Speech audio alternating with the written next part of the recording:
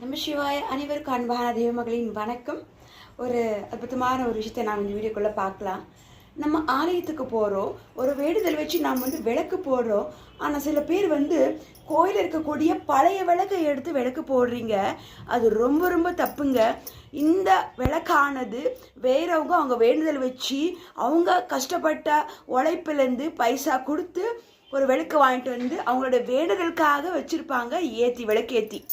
நாம் என்ன பண்ணுறோம், சில பெண்களே ஆகட்டும், சில ஆண் மக்களே ஆகட்டும், என்ன பண்ணுறீங்கன்னா, அங்கே கோயிலுக்கு போய் வேறு யாரோ ஏற்றி வச்சிருந்த விளக்கு எடுத்து நாம் அந்த கருப்பாக இருந்தாலும் பரவாயில்ல திரி மட்டும் எடுத்து போட்டுட்டு புது திரி போட்டு அவங்க விளக்கில் நீங்கள் விளக்கு ஏற்றுறீங்க. இது நியாயமா? தப்பு இல்லையாங்க? இது அவங்க வேண்டுதலுக்காக அவங்க வச்ச விளக்கு, அது எப்படி நீங்கள் ஏற்றலாம்? அப்படி ஏற்றக்கூடாதுங்க, ரொம்ப ரொம்ப தப்பு. நம்மளால முடிஞ்சால் ஏற்றலாம், இல்லைன்னா அப்படியே சுவாமி கும்பிடலாம். ஒருவேளை வாய்ப்பு கிடச்சிச்சுன்னா ஆலயத்துக்கு போகிற அந்த பிளானிங் இருந்துச்சுன்னா முதல்ல விளக்கு இங்கேருந்து எங்கே ₹1 தாங்க வரும். இந்த விளக்கு ₹1 தாங்க, ₹1 இருக்குது விளக்கு. இந்த மாதிரி நம்ம ஒரு ₹50 வாங்கி வீட்டில் வச்சுருந்தாலும் சரி, இல்லை அந்த நேரத்தில் நம்ம கடைக்கு போய் நம்ம உழைச்ச பைசாலேருந்து ஒரு ₹2 விளக்கு வாங்கி ₹2 தாங்க.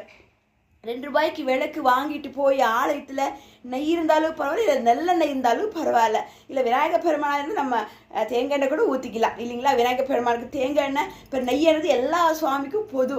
பிறகு நல்லெண்ணெயும் நம்ம சில ஆலயத்தில் சில அம்பாளுக்கு ஆகட்டும் சில தெய்வத்துக்காக நம்ம பயன்படுத்திக்கலாம். அந்த மாதிரி நல்ல எண்ணெய் ஊற்றி நீங்கள் கொண்டு வந்த விளக்கில் நீங்கள் ஏற்றுங்க. தயவுசெய்து இது அன்பான வேண்டுகோள். யாரோ பற்றி வச்ச விளக்கை எடுத்து நீங்கள் ஏற்றாதீங்க, ரொம்ப தப்புங்க, பார்த்துக்கோங்க. நான் பல ஆலயத்தில் பார்க்குறேன், சொல்லுவேன் சில இடத்துல. ஆனால் சில பேர் அது அந்த நேரத்துக்கு விளக்கு பற்ற வச்சா போதும்னு நினைக்கிறாங்க. அது தப்புங்க. வேறு யாரோ அவங்க பைசாவில் இருந்து, அவங்க கஷ்டப்பட்டு உழைச்ச பைசாவில் இருந்து தான் ஒரு விளக்கு வாங்கிட்டு வச்சு விளக்கு ஏற்றிருப்பாங்க. அதை எடுத்து நாம் ஏற்றலாமா? கொஞ்சம் சிந்திங்க. ஓம் நம சிவாய. நம்மளால் முடிஞ்சளவுக்கு நாம் புது விளக்கு கொண்டு போய் ஏற்றலாம், சரிங்களா? உங்களோட வேண்டுதலும் உங்களுடைய பிரார்த்தனையும் நிறைவேறும்.